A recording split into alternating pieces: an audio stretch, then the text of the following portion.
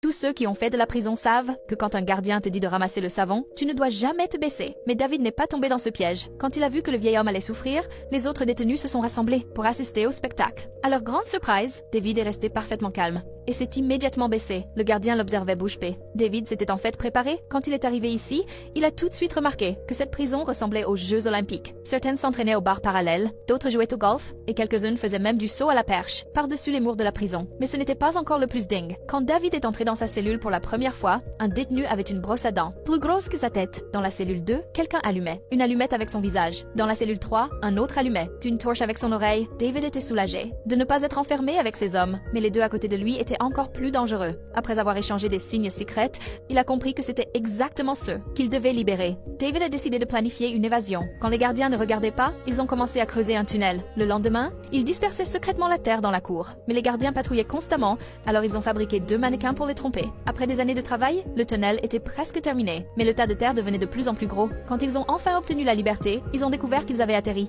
dans un cimetière. Ils n'avaient pas d'autre choix que de changer d'itinéraire. Mais quand ils ont refait surface, ils se trouvaient au beau milieu du territoire d'un gang.